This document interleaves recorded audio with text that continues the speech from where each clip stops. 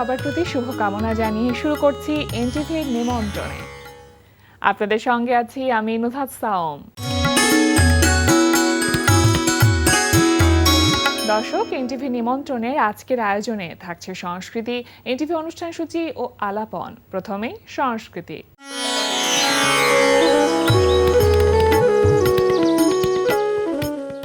Bangla academy প্রাঙ্গণ ও সোহরাওয়ার্দী উদ্যানে অনুষ্ঠিত হচ্ছে বাঙালির প্রাণের মেলা অমর একুশে বইমেলা 2026। বইমেলা ছুটির দিন ব্যতীত প্রতিদিন দুপুর 2টা থেকে রাত 9টা এবং ছুটির দিন বেলা 11টা থেকে রাত 9টা পর্যন্ত খোলা থাকছে। অমর একুশে বইমেলা চলবে 15 মার্চ পর্যন্ত। প্রিয় দর্শক, লেখক, পাঠক ও প্রকাশকের এই মিলন মেলায় আপনিও অংশগ্রহণ করুন। ধানমন্ডির ভূমি আর্ট গ্যালারিতে অনুষ্ঠিত হচ্ছে 20 জন শিল্পীর দলীয় চিত্রকলা প্রদর্শনী ওয়ান স্কয়ার স্টোরিজ। প্রদর্শনী চলবে 14 মার্চ পর্যন্ত।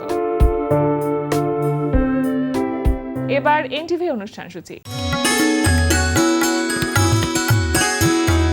এবার জানিয়ে দিচ্ছি এনটিভির আজ রাতের বিশেষ বিশেষ অনুষ্ঠানগুলির সময়সূচি। সন্ধ্যা 6:45 থাকছে মোজাহিদুল ইসলাম তুষারের পরিচালনায় স্কুল ভিত্তিক ম্যাগাজিন অনুষ্ঠান টিফিনের ফাঁকে। টিফিনের ফাঁকে হবে নতুনের জয়গান।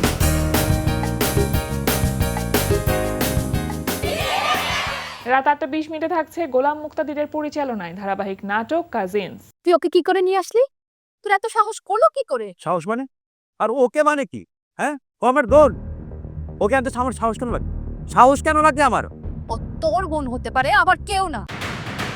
তুই তো আমার ফোনে একবারও বললি না যে তোর বড় চাচার ক্যান্সার হয়েছে। তুই বললি বড় চাচা একটুখানি অসুস্থ হয়েছে। আব্বা, বড় চাচার যে ক্যান্সার হয়েছে এটা আমিও জানতাম না, তোমার থেকে শুনছি। আর শোনো, তুমি একটু আস্তে কথা বলো। কবির ভাই যেহেতু বলছে এই কথা চাচারে জানানো যাবে না, তাহলে সে কিছু বুঝে শুনেই বলছে।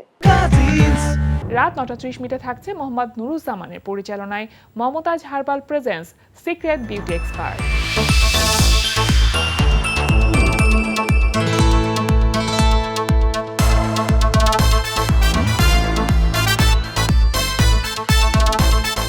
রাত 11:30 সরাসরি সম্প্রচার হবে সাইফুল্লাহ সাইফ ও মোহাম্মদ আনোয়ার শাহাদাত খানের প্রযোজনায় ইসলামী অনুষ্ঠান আপনার জিজ্ঞাসা। পাখালির গানে শুনে তসবিহ কলো রব, তসবিহ কলো রব, আল্লাহ আমার রব, এই রবই আমার সব। এই ছিল এনটিভির আজ রাতের বিশেষ বিশেষ অনুষ্ঠানগুলির সময়সূচি। এবার আলাপন। প্রিয় দর্শক, আমাদের আলাপনের আজকের অতিথি লেখক জোবায়ের মিলন। শুভ সকাল ভাইয়া। শুভ সকাল, কেমন আছেন? খুব ভালো আছি, আপনাকে পেয়ে খুবই ভালো লাগছে। আবারও 1 বছর পর দেখা হয়ে গেল এবং এবারের বইমেলায় আপনার সম্পাদিত একটি গ্রন্থ এসেছে, সে সম্পর্কে জানবো। কিন্তু যেহেতু বইমেলা চলছে এবং আগামীকাল শেষ হয়ে যাবে বইমেলা, আমাদের প্রাণের বইমেলা অমর একুশে বইমেলা যখন শেষ হয়ে যায় আমাদের একটু মন খারাপ হয়। কিন্তু সবকিছু মিলিয়ে আসলে একজন লেখকের জায়গা থেকে বা একজন পাঠকের জায়গা থেকে এবারের বইমেলা কেমন দেখলেন? বইমেলা কেমন দেখেছি তার চেয়ে বড় বিষয় আমার কাছে যে বইমেলা কেমন লাগছে। হ্যাঁ, এটা দেখেন, একজন লেখক হিসেবে বইমেলা যখন যেভাবেই হোক না কেন এটা ভালো লাগার জায়গা, নিঃসন্দেহে। কারণ আমরা সারা বছর যারা লেখালেখির সঙ্গে যুক্ত অপেক্ষা তো করি ওই একটা মাসের জন্য। শুধু যে আমার বই বের হচ্ছে, আমার সঙ্গে যারা লিখছে তাদের সঙ্গে দেখা হচ্ছে তা কিন্তু না।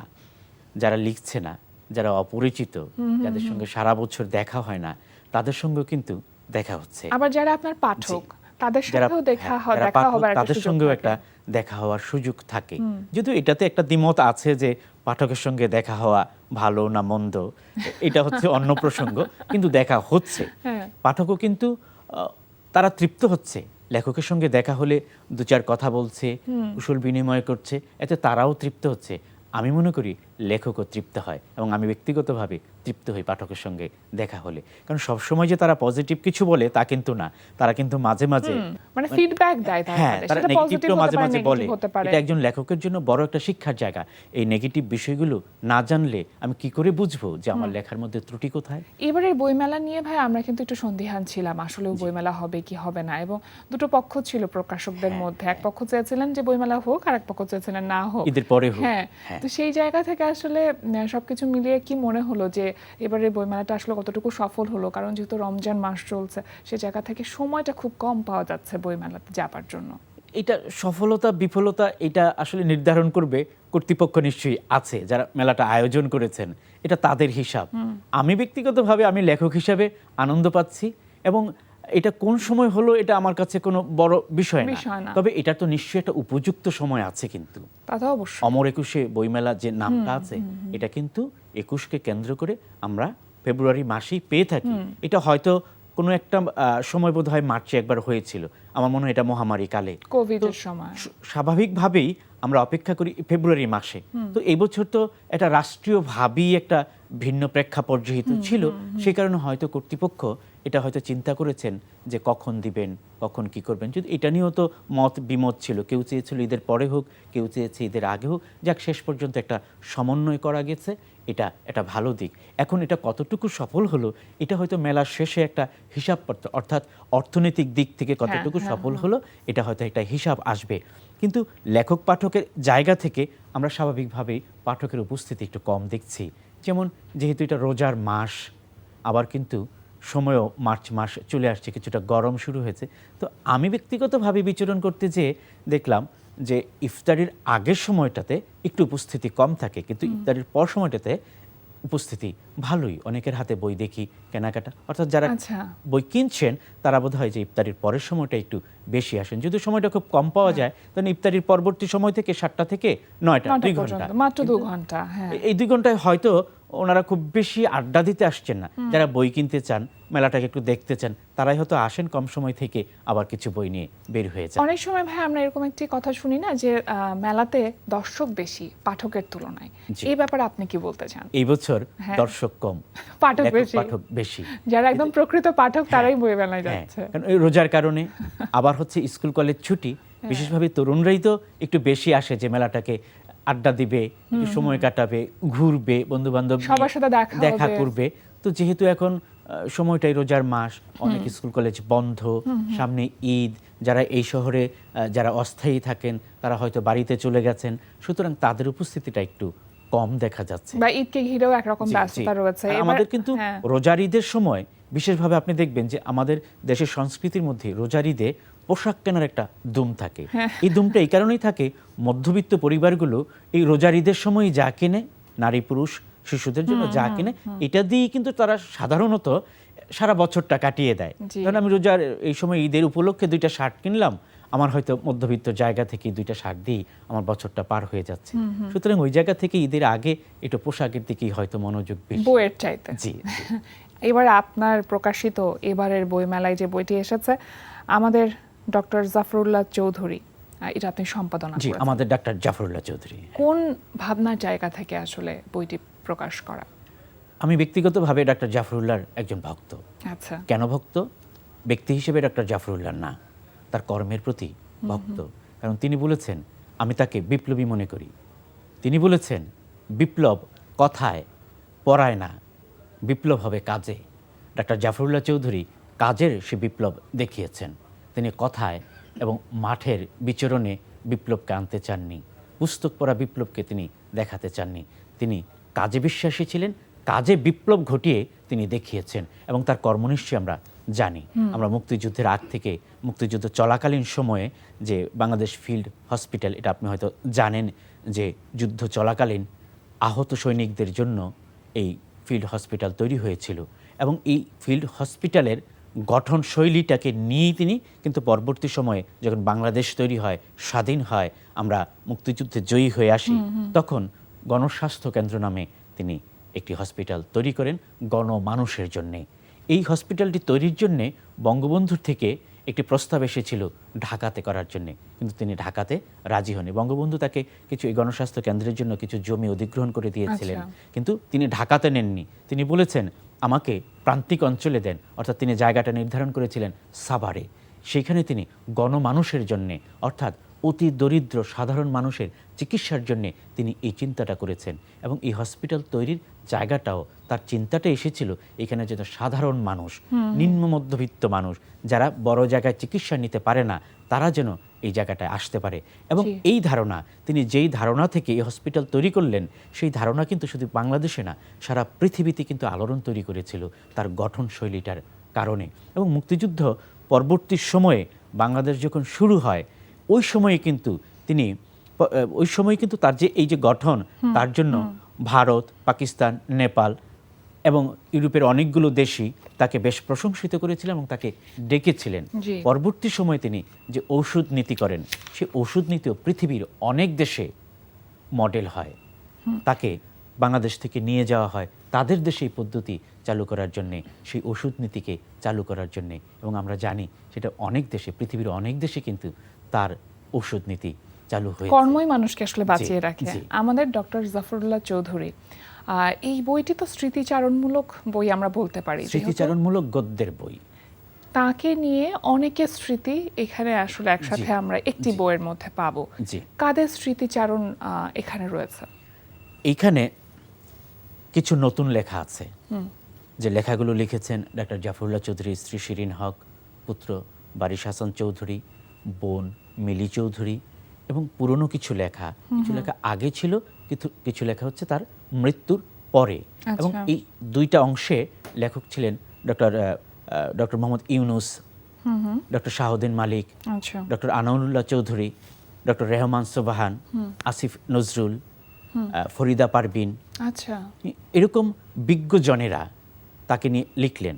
তারা তাদের ডক্টর জাফরুল্লাহর সঙ্গে হয়তো কর্মে সম্পৃক্ত ছিলেন, অনেকে কর্মে সম্পৃক্ত ছিলেন, অনেকে তার কাজের প্রতি ভক্ত ছিলেন, অনেকে তার জীবন আদর্শকে দেখেছেন, খেয়াল করেছেন, তারা এখানে লিখেছেন।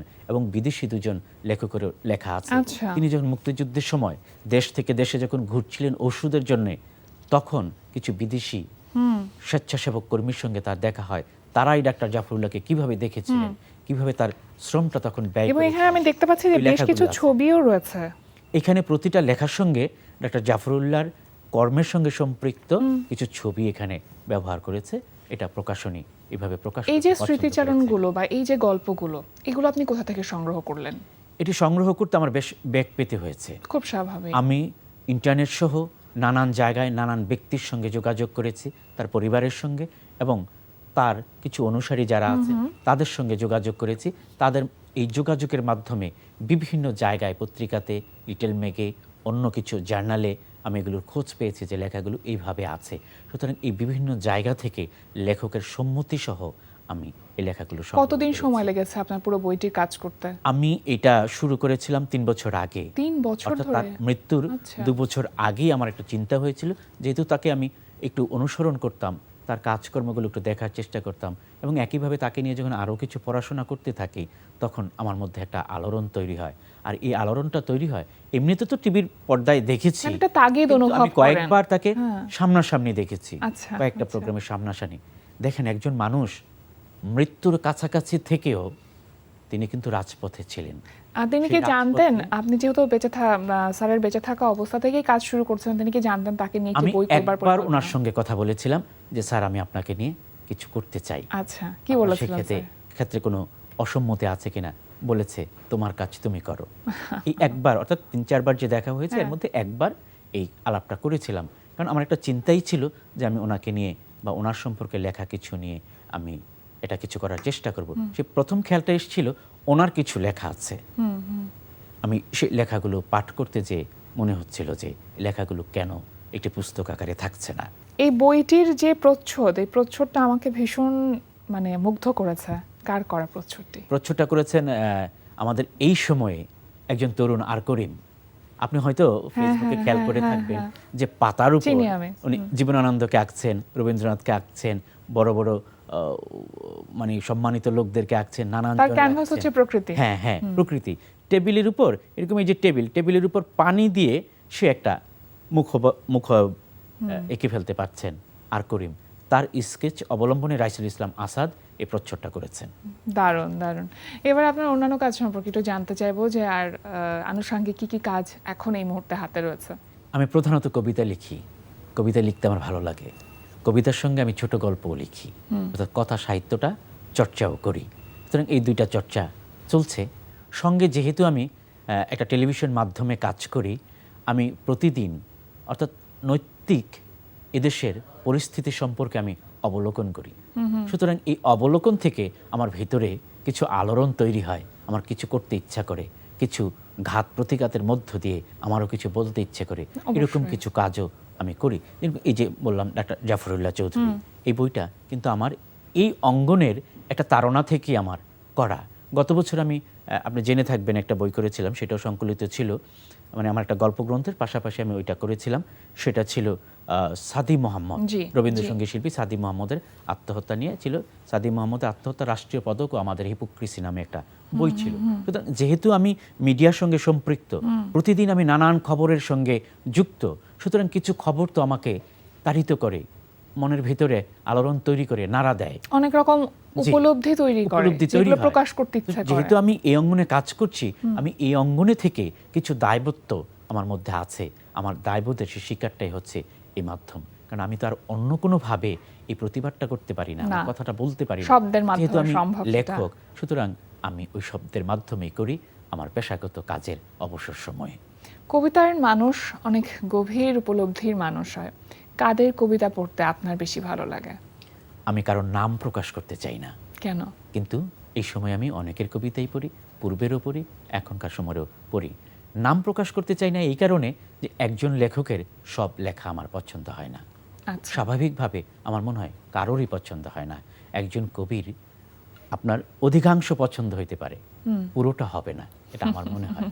এই যে বললাম যে নাম বলতে চাই না, এই কারণেই বলতে চাই না যে একজন লেখকের লেখা আমার পুরোটা পছন্দ হয় না। সুতরাং আমার পাঠের যে বিচরণ, এই বিচরণ থেকে যার যেখানে ভালো লাগে, যে কবির নাম কেউ জানে না, সে কবিরও একটা কবিতা হয়তো আমার পছন্দ হয়। যে গল্পকারের নাম কেউ জানে না, তাকে কেউ চেনে না, তারও দুইটা গল্প আমার পছন্দ হয়। এবং সেটা আমি এই কথাটা বলছি আমার অভিজ্ঞতা থেকেই।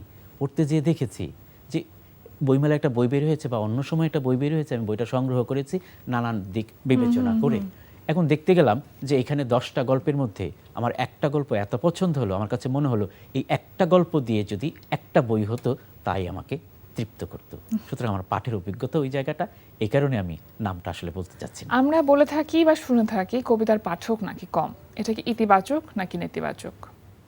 কবিতার পাঠক কম, আমি মনে করি এটা উপযুক্ত কথা এবং মার্জিত এবং মার্গীয় কথা।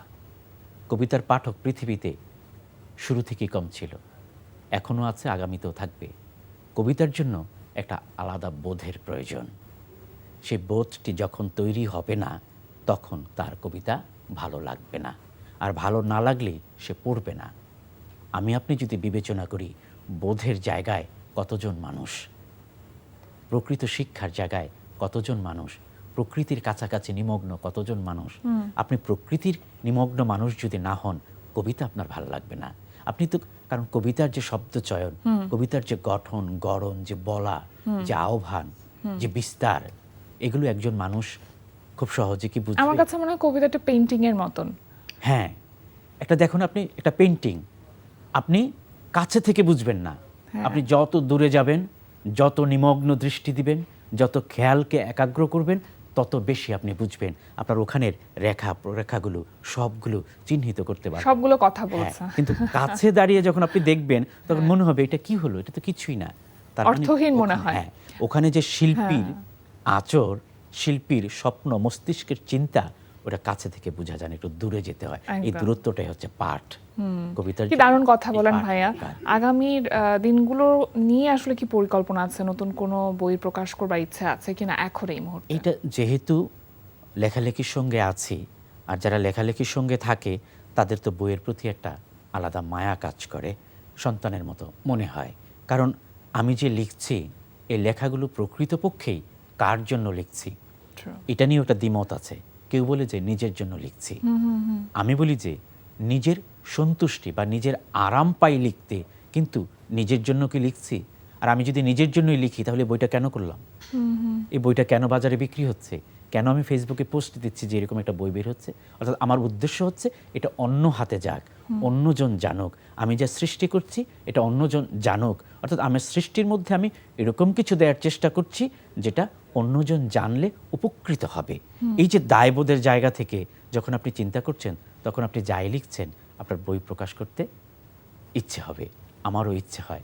আর এই কারণে এখন আমি কি লিখছি, যেমন এই বছর আমি এই বইটা বের করলাম, আমার আরও 3টা বই আসার কথা, আচ্ছা, সম্ভবত মানে আসবে কিনা এখন আমি নিশ্চিত না। একটা বই ঈদের পরে আসবে, এটা আমি জানি, এবং তাদের সঙ্গে প্রকাশনীর সঙ্গে আমার এইভাবেই কথা হয়েছে, তারা বলিয়ে দিয়েছে যে এটা আমরা ঈদের পরে এটা মাসে করব। বাকি 2টা বই মাঝখানে আছে এবং যতটুকু জানি যে আসবে, কিন্তু এখন পর্যন্ত আসেনি। আমি বই 2টার নামও এখন বলতে চাই না। যখন আসবে তখন নিশ্চয়ই জি, সেগুলো জি। সম্পর্কে আমরা জানবো।